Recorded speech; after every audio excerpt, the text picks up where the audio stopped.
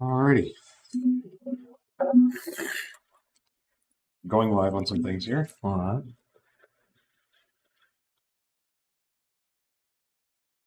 Alright, so YouTube, Insta Space.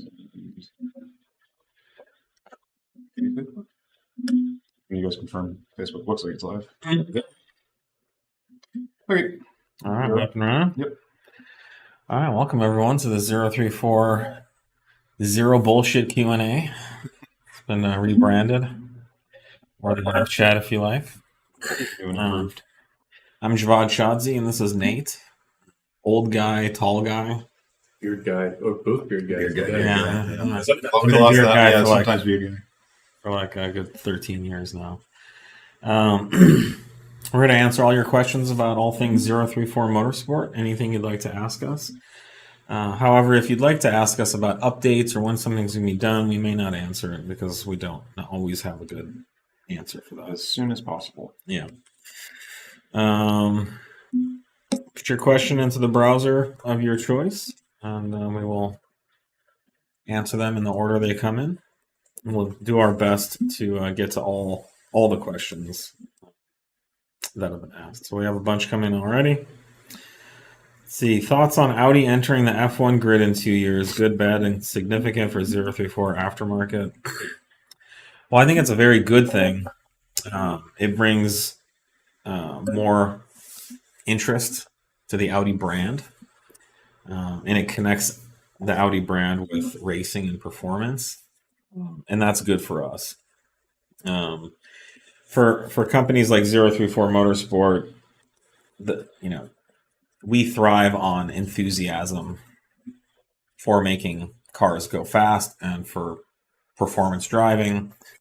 Audi's racing in the 80s and 90s really still resonates in this industry. Yeah, I mean, they still use that marketing, and they still do. I definitely got turned on to Audi for a lot of the efforts they were doing, and that was just that's 100% the reason why I'm here today, is because I saw the ESPN documentary about Audi's racing efforts in the 80s and 90s. The unfair advantage. Yeah. And so the more people, automotive consumers can be connected with Audi and performance, the better. That's why it's also good that Audi has cars like the R8 and the RS cars. Just the RS3, the 8V RS3 being able to go fast in a quarter mile brought a lot of people into the industry, a lot of customers. So, it's a good thing. Now, as far as specific F1 technology, I don't know. I'm sure F1 tech will trickle down into the cars over time, just as their motorsport technology does. FSI and a lot of the diesel tech was from racing. Audi's race cars were EFI long before, while the production cars were still CIS. So yeah, it's a great thing all around.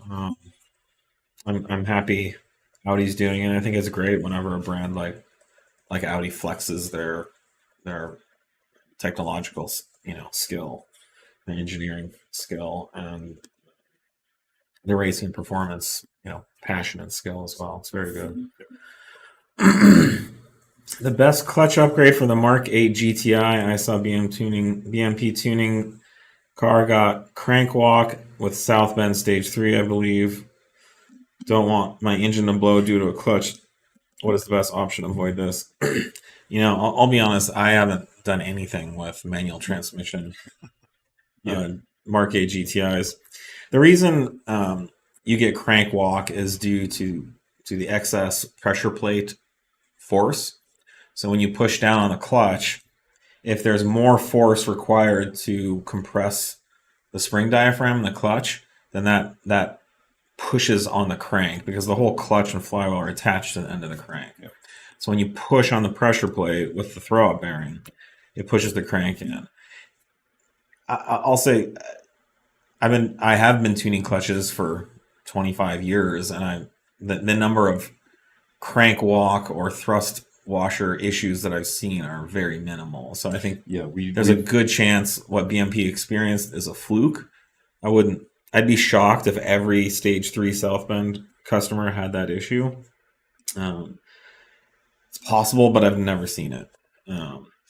But if you want to, the Stage 3 is a lot of holding power, and so if you're worried about it, I would recommend a lighter, like a Stage 1 or maybe a 2 with lighter clamping force, and then utilize the higher friction properties of, say, like a Kevlar disc, or there's used to be this ceramic material that was really good. It had a really high coefficient of friction. It was still drivable and smooth. Generally, if you want good drivability, go with a full-faced material. The pucks, the 4 pucks, those will result in really abrupt on and off transitions. I know. There was crank walk talk in Mark 7 days too, but again, I think it was never widespread. It was pretty isolated to a few cars here and there. Because Mark 7s were, kind of the first Volkswagen that started slipping the clutch on Stage 1. Yeah, thankfully the Mark 8's been better in that regard from what we've seen. So, and the Mark 8 just needs a light upgrade. I don't think jumping the full Stage. Most people, I don't even think need to upgrade for a while. I mean, we've got a lot of guys running the full torque files. I would talk to South Bend about what they have. That's like 20%. Yeah, more clamping force than stock. This could also be a good application for some of the Sachs performance pressure plates, which are just their OEM plus. They're factory pressure plate, but a little bit more. Man, I mean, I know back in the i5 days, 5-6 times clamping force of stock, and I never had the leg workouts we used to get. Never had crank. A lot of it is you got to make sure that you don't start the car. A lot of that time, that wear, and that's a problem with a lot of the newer cars. You've got to bypass the clutch. So if you do an aftermarket clutch, figure out a way to bypass the clutch switch. So that when you start it, you don't have to have the clutch pushed in. That's, I think, the worst thing, because then sometimes there's no oil flowing around, and if it takes a little too long to crank, it can starve and score that bearing. But again, I'd say what BMP experienced is inconclusive at this point. Be interested to find out more. Is an oil cooler needed for a Mark 8 GTI for track use? Not a terrible idea. They do seem they get pretty warm. Yeah. It's going to depend on obviously your track and conditions, your driving style, and how loaded and how much temperature you get out of it. But yeah, they get pretty warm. There's a big difference between someone who's driving at the car's limit and someone who's driving below that. That can make a big difference, but we are seeing a need for additional cooling on these cars, yes. So if you're going to be heavily tracking and you have an ability to push the car really hard, then you're going to want one. But you can go out and see. It's not like you can't go to the track without one. You'll know if it gets hot. Let's see. 034 billet rear main for Mark 7 versus iabed. I don't know much about theirs anymore. We looked into it initially when we came out with ours, and we were accused of copying theirs or his. I'm not sure how many people actually work at iabed. Ours was lower priced. Ours it comes with. I don't know what his price is. He may have lowered his, but when we released it, ours was cheaper. And ours comes with the seal installed. I still don't believe the iabed one has a seal installed. Other than that, it's a pretty simple part. I believe they both use the same seal. What's his going for now? I was trying to find it. It's not there. The Mark 7 MQB one.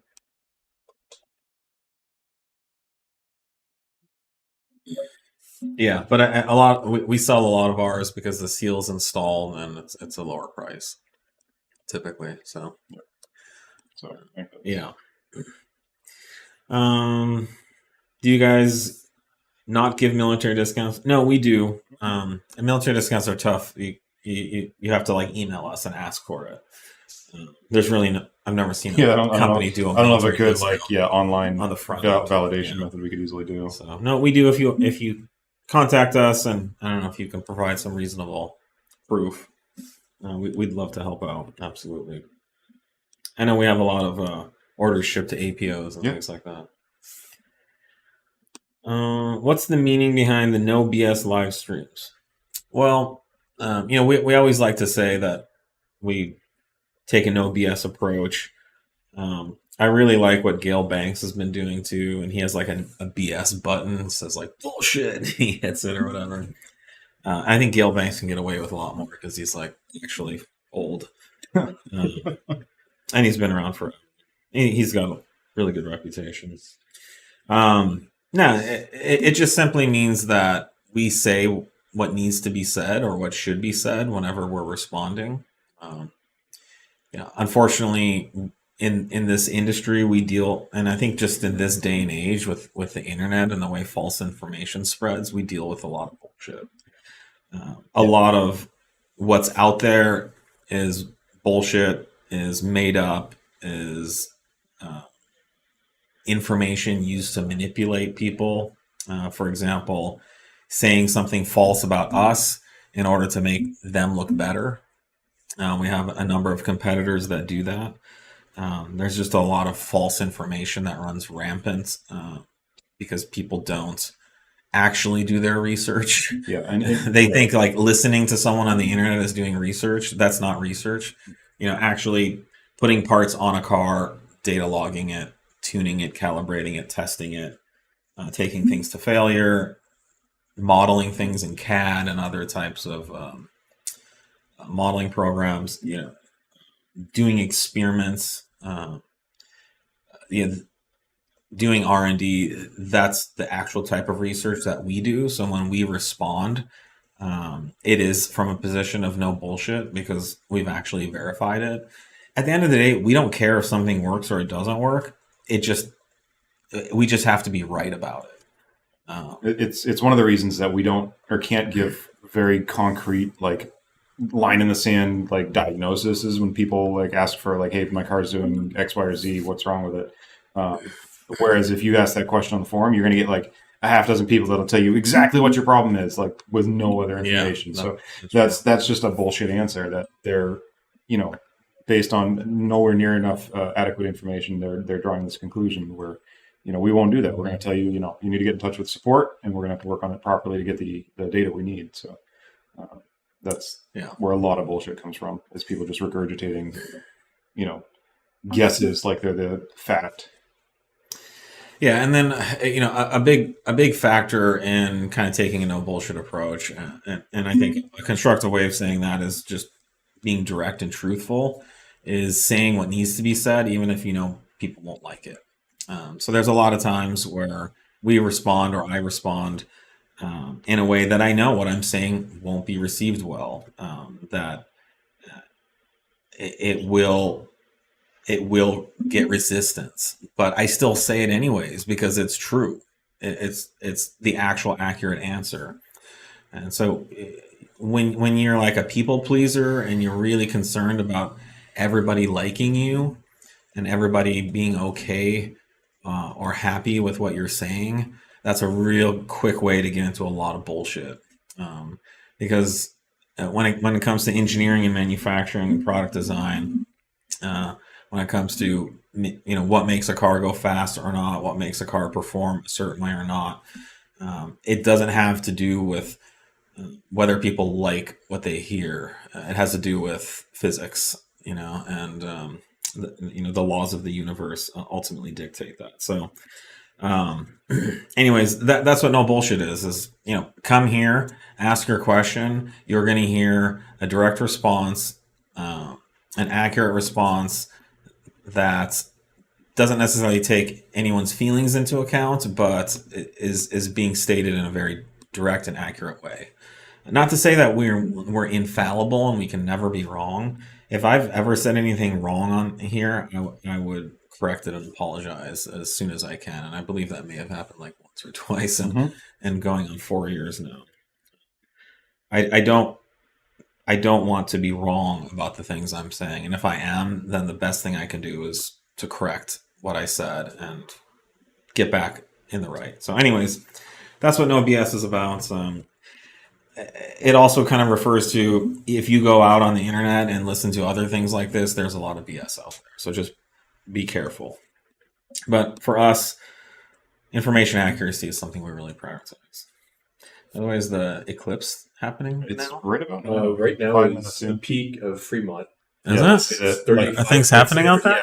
Yeah, it's so sorry guys. Go look at the eclipse if you're not. Don't look at it. Get proper gear to look Come on, at it. Nate. Don't stare at it. 17 people I know- were blinded I know across the U.S. when I know Nate the Stewart, commander in chief at one point stared straight at it, but Nate Stewart told people to stare at the eclipse. yeah, no, not a lot of action here. I mean, a lot more than usual. Is there something really I happening? don't know. It's like a little, It kind of looks a weird little out gray, there. maybe. Yeah. It's like a tiny red dot. Yeah. Yeah. Okay. There's a lot of hysteria over this. Oh yeah, that's my for sure. kids are super excited. They had their eclipse glasses to view the eclipse with today. So You know, eclipses happen all over Earth, but apparently they only really matter. they only matter in in the the U.S. US. Yeah, streak across from there. It's like the next eclipse won't be for 50. Actually, no, that's not true. That's in the U.S. In the US, like where it matters to you. Yeah. Yeah.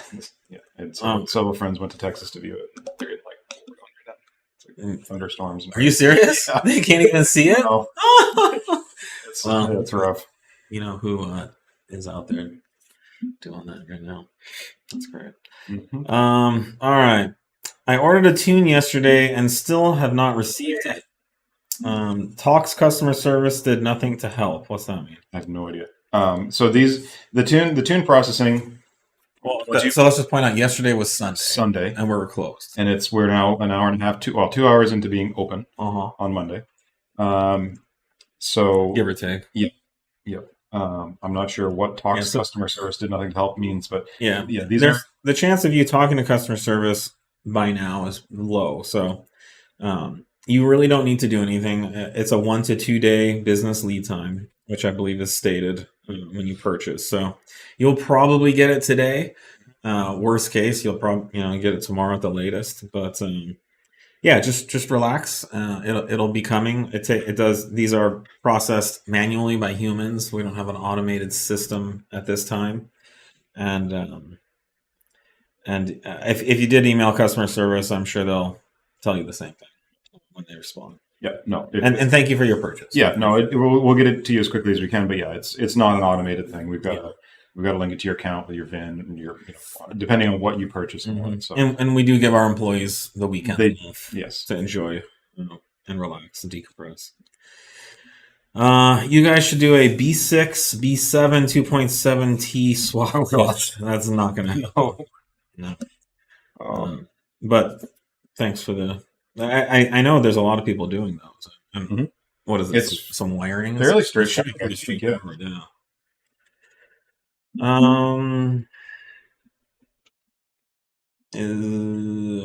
We got a bunch of questions here, guys. This one is a good one. Which one? Just a long one. Yeah, there's a lot of text there. It's not a question. B9.5 RS5 Stage 2 Plus with TCU patch and nearly all applicable 034 mods and TT720s on standby for Stage 3. Love the car so far and can't wait, like literally salivating, to see the difference with the TCU tune and upgraded turbos on Stage 3. I drove a hand-me-down Chevy Sonic throughout medical school and residency, so needless to say, my commute is now much more enjoyable. Thanks for all your hard work, stellar product service, and for helping make my first Audi experience so much better. Oh, awesome to hear. I thought that was this question down here. I was mistaken. There's one a little further down on this. So we do have something in common. It sounds like you're a doctor, and I've been told that I look like a doctor by someone on this live chat. So, what's medical school? Like 7 years. I've been doing this for like 20. Right. It's got and I finally got you want to talk that compliment. So I may actually have more into my doctor resemblance than most doctors. But no, great to hear. The excitement is good. I always try to explain this to my kids, and to my partner Tanza too sometimes. It's like the reason you're excited or the reason you miss somebody is it's a good thing. Like, so just enjoy it until you get to do it. Once you do it, it's over, and then the excitement goes away. So, and it's like if you miss your kids, 3 minutes after being with them, you no longer miss them anymore. So, anyways, the wanes very quickly. No, there's about a minute of joy, and then it's what are you doing now? Screamed away from your mind and soul. I have a 2019 RS5, 30,000 miles with Stage 1 Plus and the Stage 2 TCU. Sometimes the car shifts at 3,000 in second gear and first and second. Shifts at 3,000 in first and second. Then with the same power acceleration, it will shift 1, 2, 3 fast. Curious thoughts? Yeah, we talked about this, I think, last week. Yeah, we were talking. The transmissions have a lot of driver. Oh my gosh, I just lost the name of what they call it, but it's predictive. They're trying to predict how the driver's driving style is, and there's a lot of maps in there that will try and best guess what the driver wants. So if you were potentially a little quicker on the accel, like getting to that point, the accelerator getting to that point, it may shift a little different strategy. If you were driving hard, like 6 corners back, and then got into it again, it's going to shift a little different than if you're just rolling along through town and accelerating up the on ramp with roughly the same pedal position. So they can certainly change a bit. But another key point is you probably are not driving the same. That's the other thing we mentioned. Yeah, the chance of that is probably 0. Yeah. Your brain and foot are not really good at differentiating between 20% throttle and 40% throttle, separated by hours or days. So you feel like you're roughly in the same conditions. How you're thinking about it is very crude and basic compared to how the ECU. Every percent difference is being calculated by the ECU at a level that you can't even comprehend. Like you would never be able to reliably repeat the throttle pedal positions at any kind of level that's at near where the ECU is calculating. Yeah. So a good way to do this would be to run logs and compare. And what's happening is not necessarily a fault of the tune. The tune, there's nothing that we can do to change how you're driving, which is okay. Last time your foot was here, this time it's a little different. The ECU took that into account. And then the ECU also has these predictive measures. And so this is just, an imperfect TCU shifting a car the best it can. Yep. It's not intelligent. It doesn't have AI or even most of the AI that we have now is just machine learning. It's not even actual intelligence. We don't really have that. So, so it's okay. I think we're taking on this kind of education campaign with customers who think that these TCUs, shift in a really repeatable way, and that's not true. There is variances between how the TCU shifts on its own, and then there's a lot of variance in how you drive, and everyone thinks they're driving the same. They're not even close. And like Nate said, we were talking about this last week, and there was a case last week where we looked at the logs, and the customer swore that they had the same throttle position, and one was like 20% and one was like 35%.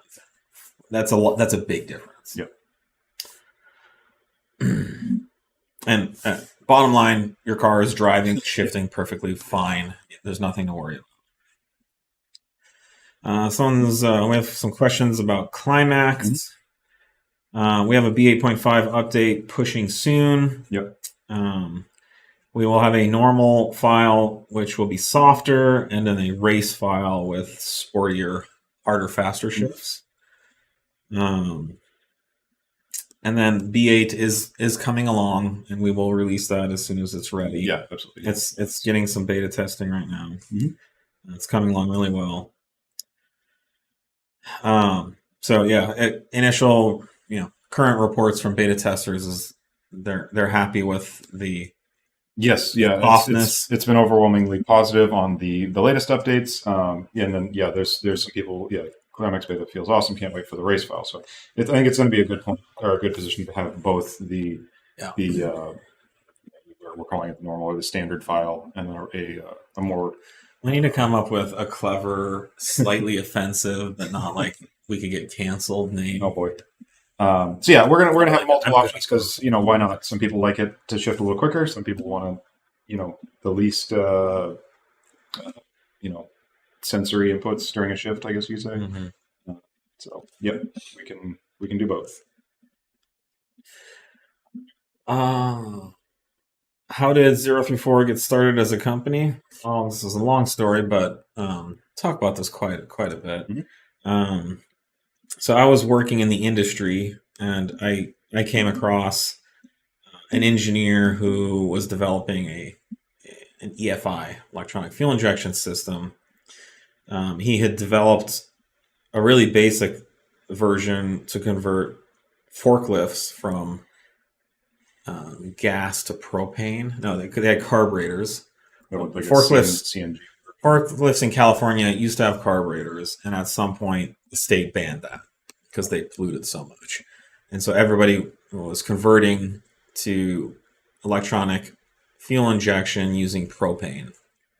And you would put one big propane injector on on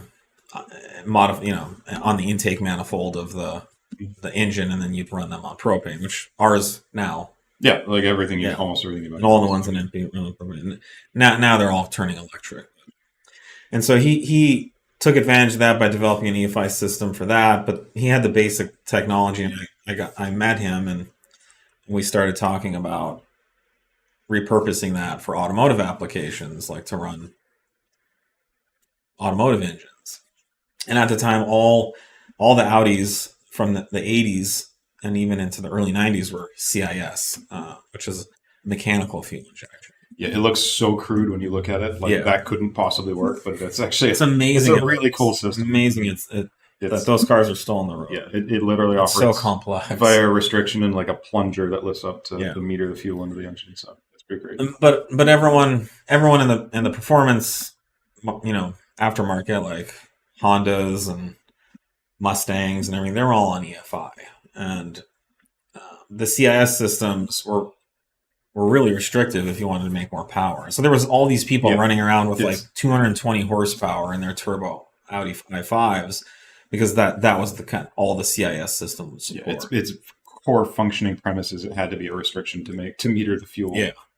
So after a couple years, this was a side hobby for me project. I developed with him a fully functioning 5-cylinder fuel-only system. So you would keep the factory ignition going, which was a distributor, and then replace all the CIS crap with EFI. And so I released a version of that as a side business, and Nate was like the second person who bought one. Yeah, maybe a second. Yeah, I was swapping what did I do? Turbo i5 motor and a 4,000 quattro. Yeah, first round.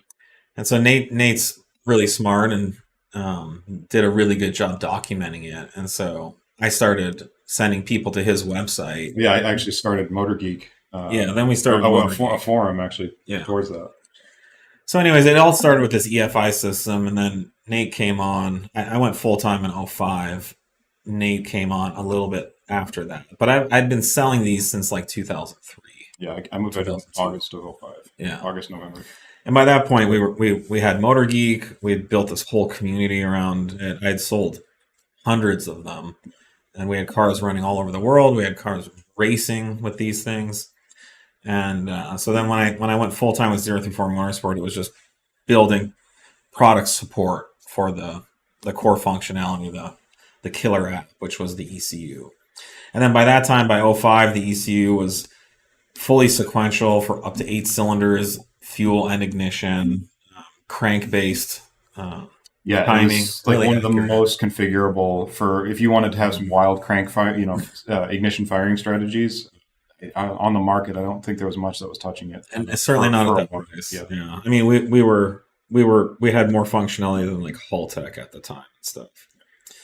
I think really Motec was the only thing that was much better out there. And, and then there's a couple other really high-end racing stadiums. Factor of 10 more expensive. Yeah. Oh yeah, substantially. But anyways, that's how it started, and I took a lot of risks. I put, a lot of my money into it. Although I did a good job doing it on the side. So in 2004, the year before I went full time, I sold 300,000 in sales, and so all the profit that I made, I just kept in a bank account. So when I was ready to go full time, I had some money to kind of keep me going. And when I hired Nate, I had no idea how I was going to pay you, and I didn't even talk about the amount of money I was paying you. Oh my god, we had some touch and go times too. It was like, I think I can pay you like this much, and we'll figure it out. Yeah, and it all worked out. Yeah, it worked out great. So, but yeah, that's how it started, and really that era of the company ended kind of in 2010, 2011, where we ended up discontinuing that EFI product, and we moved kind of in like 2014 to a full strategy on factory ECU calibration. Yeah, it became much more of that was around the time the TTRS, we were doing AJ TTRS stuff, AJ and TTRS. BS3 stuff. And BS4. BS4. Yep. But I mean, the initial stimulus was to go after APR, which we did, and we've done very well. Put a lot of hurt on APR in the last 10 years. So, but yeah, and then we discontinued those ECUs, and they're still out there. There's still cars running on them. Yep. And Jeff Gerner ran the fastest ever in an Audi at the time. At Bonneville, he's on something else now. Yeah, he switched a long time years ago. But yeah, he was the first time he broke the record. He was running 0 through 4 EFI. So yeah, and we had cars in the tens and making over 1,000 horsepower, and it was really fun. Our product strategy was very different then. It was the documentation, instructions. I mean, these were like custom everything. So it was like, if you need instructions for this, it's probably not for you, kind of thing. So we've come a long ways in what and how we develop product. Why are intercoolers illegal for street use? What does that mean? That's a whole long conversation. It's basically anything in the intake tract. You mean is from a emission standpoint has to be validated. Now, whether it actually affects it, that's a whole nother topic. But they have to assume that it hasn't been tested, so they can't say it's okay. Yeah, that's just a legal thing. It's just technically any modification to the engine is illegal from a smog standpoint. Now, I've never heard of anyone getting busted by CARB for intercooler modification. And like Nate said, the chance of it actually changing the emissions is virtually zero unless it was like leaking or there was a problem with it. There's that, but it's like evap rest gases and a bunch of other stuff that's I mean, the on these intercoolers these days too, the core design is so similar to the stock stuff. I don't see how it could that dramatically affect it. But no, I would anecdotally say this isn't a recommendation or legally binding in any way, but not to stress too much about changing your intercooler from an emissions standpoint. The worst thing you can do is to tamper or remove your cat catalytic converter. That's what everyone gets busted for. As long as the catalytic converter is in place, the engine's going to run quite clean. But legally, when it comes to CARB, they don't want you to touch the car in any way. Yeah, there's not a gray area. Right? No, there's no gray area. It's if you want to go by definition. And that's a good point. If they made gray areas, it would create all kinds of confusion. So they have to be just black and white about it. And that way, no one can play stupid. I mean, it's the same thing with speeding. Can you drive 3 miles an hour over the speed limit? Absolutely. Does anyone ever get tickets for that? Basically never. But unless you're in Sweden. If you look up the laws, I'm talking about California or the U.S. Oh, sorry, Switzerland. If you look up the laws, it says the speed limit is 55. And if you go a tenth over that, you're going to get a ticket. So the laws have to be black and white for a reason. Is fabrication required to install the 207 millimeter pulley on the B8.5 platform? Fabrication, not really. You do have to grind a casting nub that's there. It's pretty well documented. It's in instructions. Say that's a type of fabrication. It's a type of fabrication. So yes, it's not bolt-on. You're not creating something, but you are removing something that's in the way. It should be in our instructions on how to do it. Yep. So the information's there. With your TCU tunes, how often do you recommend ZF8 and differential maintenance to be performed? I want to say last time we talked, it was like 40K thereabouts, 50K. I think that's still, it's going to depend, of course, on use and what you're doing with it. If you're at the racetrack, every other weekend, then it's going to be a lot sooner. I'd say every 50,000 miles. 50 is probably plenty safe on those. Yeah.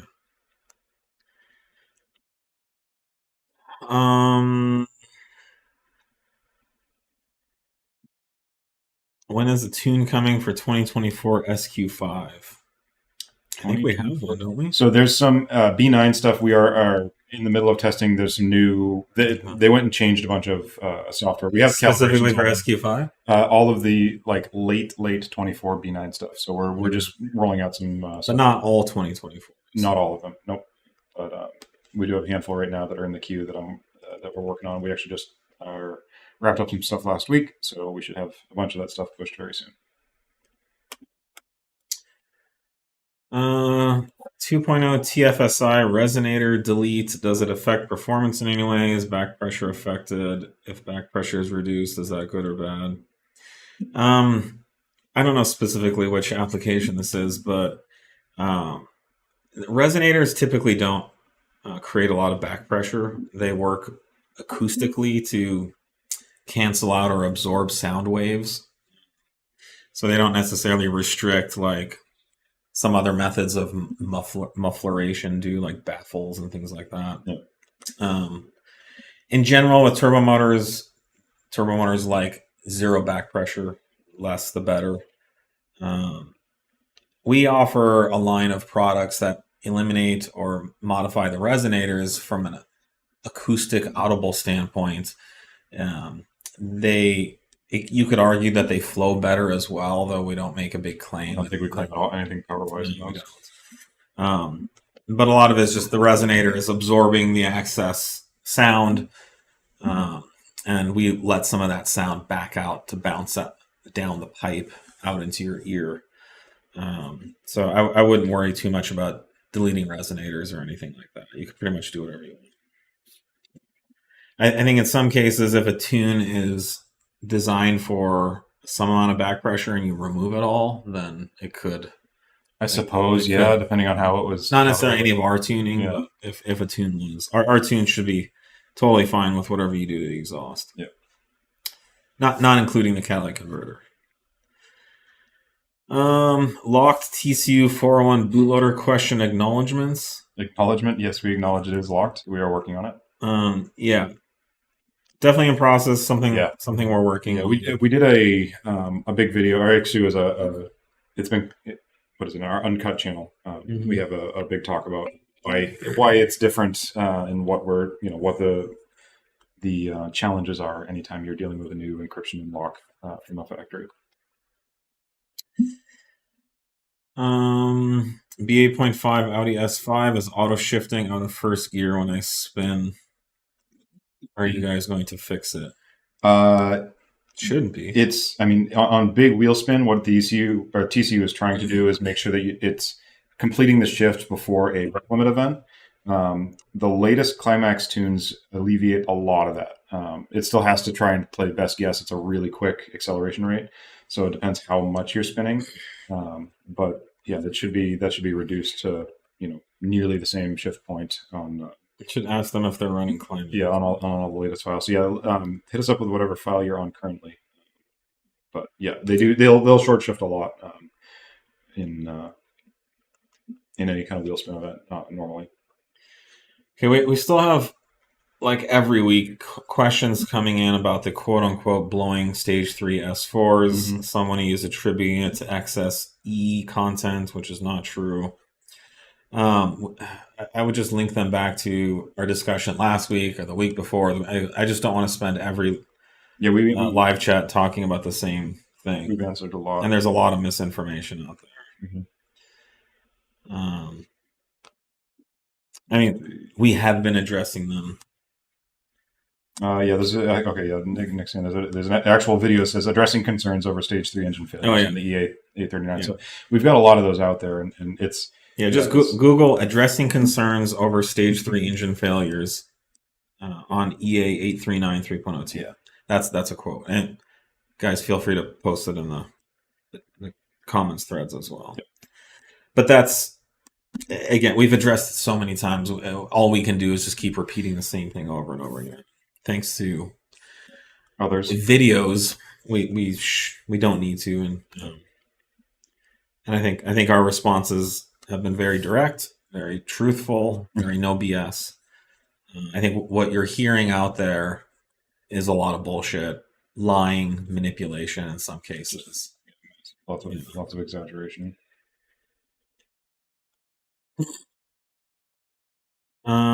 Weird pop happening in the engine bay after big rev on neutral S3 8Y intake plus inlet.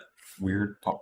I have heard some really weird bypass valve sounds if they've got an intake on there, and especially if you've got a spacer or a weird diverter valve set up. They can do a little ka-thunk, like when you lift. It can sound pretty strange. It's the diverter, and it's okay. That's my guess. Based on should be a textual description of a sound. Hey guys, longtime customer, B8 3.0T cab, B9 S5, and recently sold the B9 RS5 with a full suite of your products.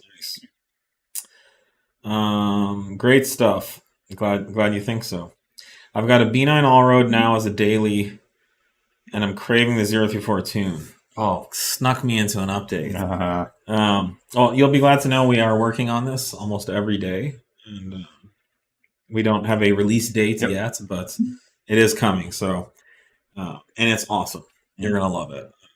Our B9 A4, I drove it, I believe, with E85 tune. Yep, you were in and it was really fun. Yeah.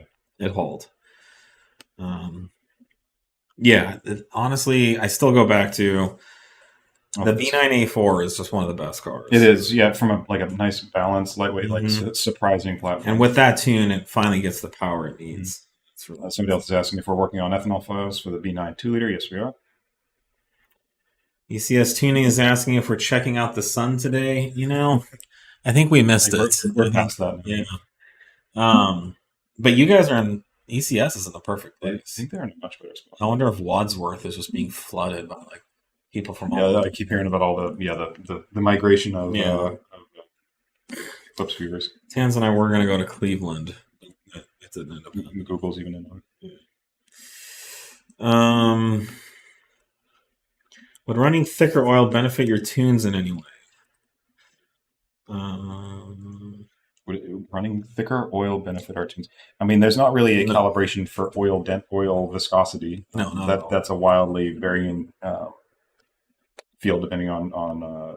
There's literally the ECU literally does not know oil viscosity or care about it. It has some pretty basic parasitic torque stuff in there, but very very minimal.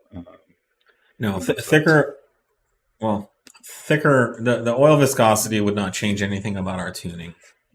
No, if you wanted to change the oil viscosity, it would be to deal with temperature or load. And so in the cases where tuned engines are making a lot more power, the load is increased. It stands to reason that you would want to increase, reduce the viscosity around a thicker oil that can hold up. And then thermally, if the temperatures are higher, you want a thicker oil that doesn't get too thin at the higher temps. So every factory engine is spec'd with a certain oil for the temperature range and loaded experiences. So case in point, the SQ5 comes with heavier, thicker oil from the factory because it's hauling around, an extra 1,500 pounds or whatever. So yeah, but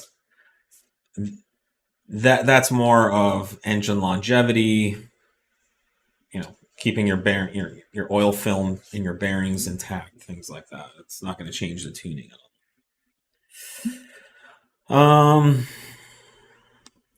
What do you guys think is the best donor motor for the 4.0 T swap for B8? A8 motor or RS7 motor? Oh my goodness. I don't know what the difference is as far as like wiring and ancillaries and things like that. Yeah, neither of those is going to be close to your chassis. The 6 cars. We use an S6 was motor. Not too bad wiring wise. I haven't dug into the A8 or the R7 to know if they were going to be any better or worse from it, just integration and layout and where the ECU kind of lives, kind of thing. Yeah, but I mean, S6 was good, right? It was decent. Yeah. I mean, wasn't a perfect fit for the harness, but yeah, you can make it work without too much effort. Yeah, I mean, the high output, the RS motor is going to have a little more, stock performance stuff going for it, so you get that. But yeah, I don't know offhand any more specifics than that to help you along. Yeah, we've only done that one. Yep. Stage 2 on E40, love it. The Klimax update is good and smoother, but it doesn't shift hard like it means a gap to Cayman GT4 though. Well, that's why we're going to have both. We'll have the race. Yeah, we'll have a race file up for you as well. Yeah. Yeah, maybe we need like smooth and race or something like that. All the names I can think of are probably too offensive to the people that want. What's the problem is like when you have options like this, it's like either it's too offensive or one makes the other one sound like it's not as good. When they're both great options, they're just different, preferences. And yeah, you think people struggle with like anything where it's like that one says it does even more things, so I have to go with that one. Do you think like pitcher catcher would be too offensive, something like that? It's going to be very subjective. A little bit hard. We're like romantic, S&M. I like learning about how you started your business and how you run it now. You would be an amazing mentor. Half the reason I watch your live. Thanks. Oh, great to hear. I appreciate that. I actually love mentoring our employees here any way I can. And definitely nice to hear that. Thank you. Are you guys cat guys or dog guys? Very important question. Woof. I know. I think I know the answer for Nate. Yeah, it's all of them. Nah, dogs for sure. You like dogs better? Generally. But don't you own like 7 cats? I just chose none of them. Okay. It was, They chose you. You could say Cats do not choose you. Oh, we have one that did. One literally just walked into our house and became our cat. So 10% of the time, cats choose yeah, I mean, there's certainly some cool cats out there. They're generally the ones that act more like dogs. So yeah, that's my preference. But I like it's kind of like when people say I love kids when they're other, like it's like being an uncle. It's like, oh, I love kids. I love my sister's kids. I can go visit them and leave. That's kind of how I feel about dogs. I really like cats, but I'm allergic to them, and I didn't really know it for like. Yeah. I think I finally realized I was allergic to cats when I was like 8 years ago, when we got rid of our cat, and then we were going to get another one, and then all of a sudden, like my entire life was better. I was not sneezing. I was not having massive allergy attacks anymore. I had no idea that for like 45 years I was dying of cat allergies, but I really like cats. Yeah, so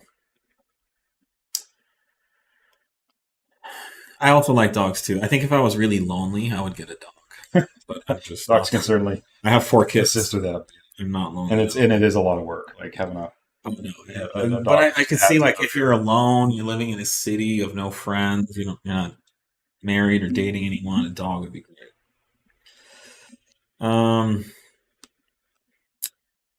Hey guys, just bought an RS5 Stage 1 Plus tune and Stage 2 TC tune 2 days ago, and I can't log into the SBI app with my login that I used to order them. Am I doing something No, right? you're not doing anything wrong. You'll get an email.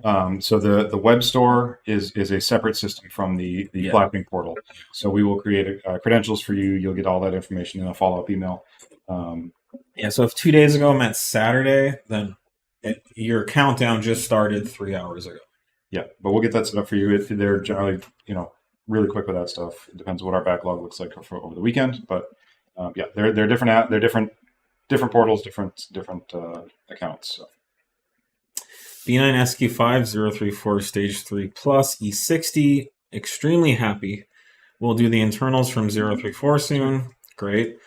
When are you guys coming out with the tuning for the upgraded block internals? Thank you for all your products. Yep. Well, you're welcome, and it's nice to hear a Stage 3 person say they're happy. Yes. But no, we hear that a lot, but out in the internet, it doesn't seem to be getting out there enough. We are working on the potential for upgraded tuning for internals.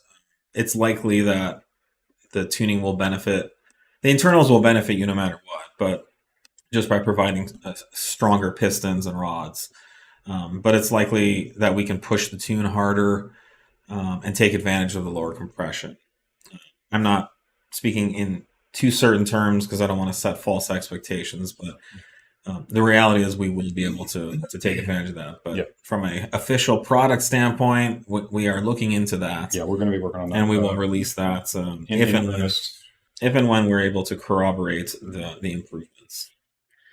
By the way, our unsprung sale is going through next Monday, the 15th. So if you're thinking about getting any of our tunes, many of our springs and suspension components, wheels are all on sale right now for a limited time. So take advantage of that if you'd like. What are the recommendations for a C7A6 or 034 Stage 2 tune, please? What's the best component suspension-wise to make it flat through the curves? Wait, there's a whole nother. Oh, do we got to mix up? I think there's two questions. There you go. Yeah. Okay. Stage 2 tune recommendations. Yeah. What do you think? I mean, we usually recommend heat exchanger for sure. You're gonna want heat exchanger. And then 170 dual pulley or like 180 single pulley. Stage 2, I do a 179 for the average setup. For single or dual? For single, Stage 2. So for a Stage 2 pulley ratio. Okay. 179 single lower pulley. You can do that. Yep. You don't have to switch the upper. And then intake. It's a good idea. I don't think we have a drop in for that via chassis. Intake A6. Yeah. Here we do. Yeah, we have a S34. Well, you don't work in the hardware. Yeah, no. We didn't have a hose for a long time. We do. Yeah, we have a really nice S34 intake. We sell a lot of those. There we go. It's very, very affordable. Every time I see one sell, I'm like, for not keeping up. Yeah. But yeah, I mean, those two mods will transform the car. That's the gist of it. And then the rest of it is just, all the maintenance and upkeep stuff we talk about. So, I don't know your mileage, making sure, if you're over 75K or whatever, injectors are usually a good idea to refresh. Take a look at your intercooler bricks while you're doing that. And then, just go rip on it. Should be solid. All right. So, this suspension question, is it for a particular car? Is that all one question? We got a couple of questions that globbed together. We're having question issues this week a little bit. Questioning our questions. Is B9 3.0T Stage 2 Advanced Launch Control a thing? Not currently. It's not currently a thing. It is a thing in that we're working on it. So yes, yeah, it's a sneaky update question you got there. And it's being developed. Yes. C6 A6 tuning question mark. What? It's a 3.0T. Yeah. The early ones of those are not. It's a earlier generation than what we support. So no, not really a thing. Okay. Not worth shooting tuning in. It's just a check. It's a whole nother platform. Yeah, we'd have to go through and they're DSG though. Do a full calibration effort on that. So yeah, not something Not we've currently. had very few requests for them. Weirdly, too. Yeah, those are cool cars. You know what I really like is that the A7. It's like a good. Yeah, those Maybe it's a C7. the C7, the early. But that early, those were good looking cars with like big wheels on them and stuff. Those are 3.0 T2 though. Those are CREC probably. Those are it depended on the year, but yeah, those start as the normal style. Will any cooling mods be required for 4M 3.0 T tuning, or will stock cooling systems suffice? I'm currently running stock cooling, and the car seems to do okay. It's okay. I mean, it's going to be the same issues you have with any of these. On the higher stage cars, you're definitely going to want a heat exchanger, which we're working on. Yeah, I mean, you're at stage 1 at the moment. What prevents you from offering similar thing as APR Plus for 91 tunes? This is their insurance thing. So APR Plus is just simply an aftermarket insurance policy. So, if you have a used car, you can go out to a number of companies and buy insurance towards breakdown or repair of your engine. So APR simply went to one of these insurance companies. Well, supposedly early on, that's what they did. And they would take out an insurance policy every time someone bought an APR Plus tune. And that's why they were like $2,000 instead of whatever, $800. I've heard rumors now, I don't know if this is true, that they no longer take out insurance policies, and because the whole thing, like, you're really never going to blow your motor up on stage 1 anyways. They just pocket the money, and then if anything ever happens, they just pay it out. But what the APR Plus does is it covers your factory warranty. All right, so if you have a brand new car and you get a tune, you have the chance of getting TD1 or having the if you blow up your engine, you can't go back to Volkswagen or Audi because they're going to say, well, you had a tune. So the APR Plus is an aftermarket auto warranty to cover the factory warranty. And that's why it's like $1,000. It's pretty expensive. Additional on top of the tune. We looked into doing it, and we've literally never had a failure on a stage 1. And detuned stage 1. There were on a right. And the failure rate's infinitesimally small. Yeah, we did also hear a number of. Again, this is secondhand, but there's a lot of with any kind of insurance thing.